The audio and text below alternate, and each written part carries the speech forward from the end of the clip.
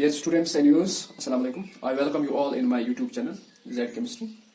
I am Sheikh Zuhul Islam, teacher of High School Shanu, and today we are going to discuss our next topic in lesson electricity or electric current. The name of the topic is heating effect of current. When current is flowing or when current flow through high resistance wire like nichrome wire, it becomes hot and produces heat. This is called as heating effect of current. इसका मतलब यह है कि जब भी current किसी भी ऐसी वायर से गुजरेगी जिसकी रेजिस्टेंस काफी हाई है, जैसे कि नाइक्रोम वायर एक वायर है, तो actually this wire is the it is the function or it is the process of alloy formation. ये एक alloy है, and this wire it becomes hot, and when it becomes hot it produces heat. This particular effect is known as heating effect of current.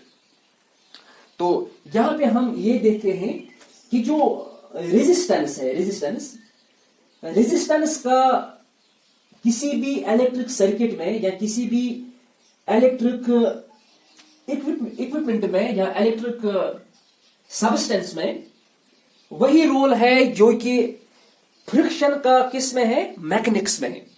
तो जो ये heating effect of current है, it seems to be it appears to be the function of this high resistance.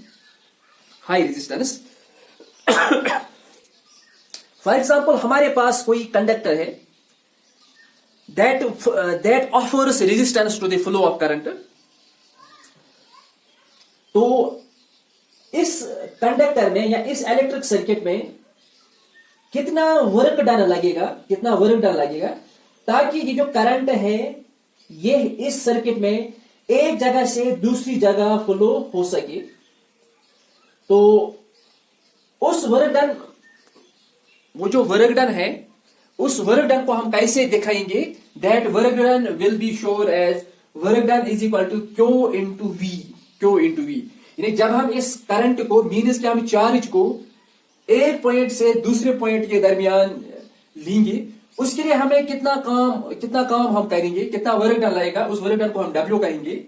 और जो charge है, जो electric current, it is basically the function of charge Q, और एक पॉइंट से दूसरे पॉइंट के दरमियान कुछ डिफरेंस होगा पोटेंशियल का, उसको हम कैसे दिखाएंगे? V से. तो ये हमारी पहली इक्वेशन हो गई. इट मीन्स कि work done is equal to Q into V. According to the definition of electric current को हम क्या कहते हैं? Electric current is basically the flow of electric charge through a circuit per unit time. I is equal to Q divided by T. और Q अगर हम एक side में करेंगे तो जो I है किसको मल्टीपल हो जाएगा? टाइम को. Q is equal to I into T. It is the second equation. According to Ohm's law,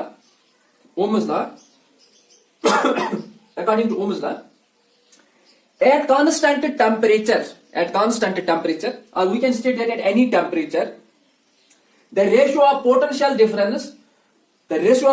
difference across the terminals of the conductor at the current flowing through is a constant called resistance of the conductor. According to Ohm's law, V divided by I is equal to R. It is the third equation. या हम इसी equation को ऐसे भी लिख सकते हैं. अगर हम V को इस साइड में लिखेंगे, जो I है किसको मल्टीपल हो जाएगा? R को, और V is equal to I into R. अब हम क्या करेंगे? इन तमाम जो इक्वेशंस है, फर्स्ट यहां पे हमें इक्वेशन एक है, sorry not this first, equation second है, इक्वेशन फोर्थ है, इक्वेशन सेकंड और फोर्थ को यहां पर इक्वेशन जो है, इन इक्वेशंस को हम इनको सब्स्टिट्यूट किस में करेंगे? पहले वाली इक्वेशन में सब्स्टिट्यूट करेंगे. इनके वैल्यूज को हम पहली वाली इक्वेशन में सब्स्टिट्यूट करेंगे. Then W work done is equal to Q जो है it is multiple of I into T into V, it is multiple of I into R. जब हम इनको आपस में मल्टीपल करेंगे तो ये कितना आएगा? I into I square I square into R into T.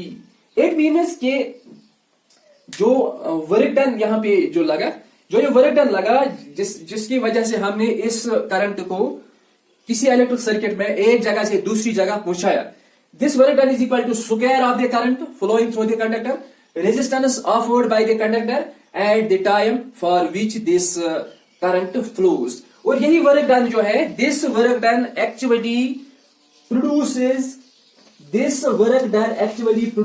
heat, or we can state that the work done or the electrical energy consumed in the electric circuit is converted into heat energy. Means this W, this work done is equal to the heat produced, or H is equal to I square into R into T, and this is the equation of heating effect of current. Hence, from this equation we can state that the heat produced in a high resistant wire is directly proportional to the square of the current, resistance of the current, and the time for which the current flows. For the time the current flows. The heat produced is directly proportional to square of the current. Means कि अगर हम current को double करेंगे तो जो heat जो है ये कितना होगा? The heat produced will be 4 times. Current को हम डबल करेंगे, heat produced will be 4 times. Then there is the heat produced in a wire is directly proportional to resistance of the conductor. Means कि अगर हम resistance को double करेंगे, resistance को हम यहाँ पे डबल करेंगे, heat produced will be double. अगर रेजिस्टेंस को हम डबल करेंगे then heat produce will be double. अगर हम रेजिस्टेंस को हाफ करेंगे heat produce will be half.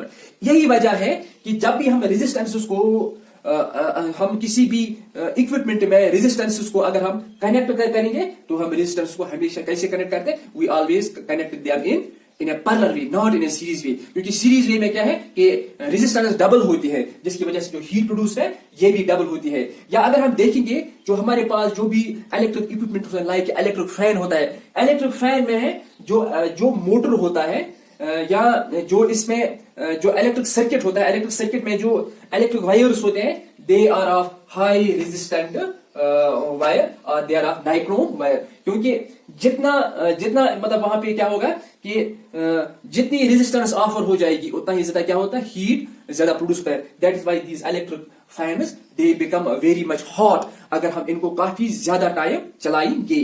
तो हमें हमेशा इस बात का ख्याल रखना है कि जब भी हम रेजिस्टेंस को कनेक्ट करेंगे किसी भी इलेक्ट्रिक इक्विपमेंट में तो हम हमेशा इनको कनेक्ट कैसे करेंगे? पैरेलल वे में. क्योंकि पैरेलल वे में क्या होता है? जो रेजिस्टेंस है it is halved and heat produced will also be halved. And then there is कि heat produced in a wire is directly proportional time for which current flows. जितना टाइम करंट किसी electric circuit में flow होगा उतना ही heat produce होगा. If time will be more, if time will be double, heat produce will be double. If time will be halved, heat produced will be halved. That was all about today's topic. Have a nice day.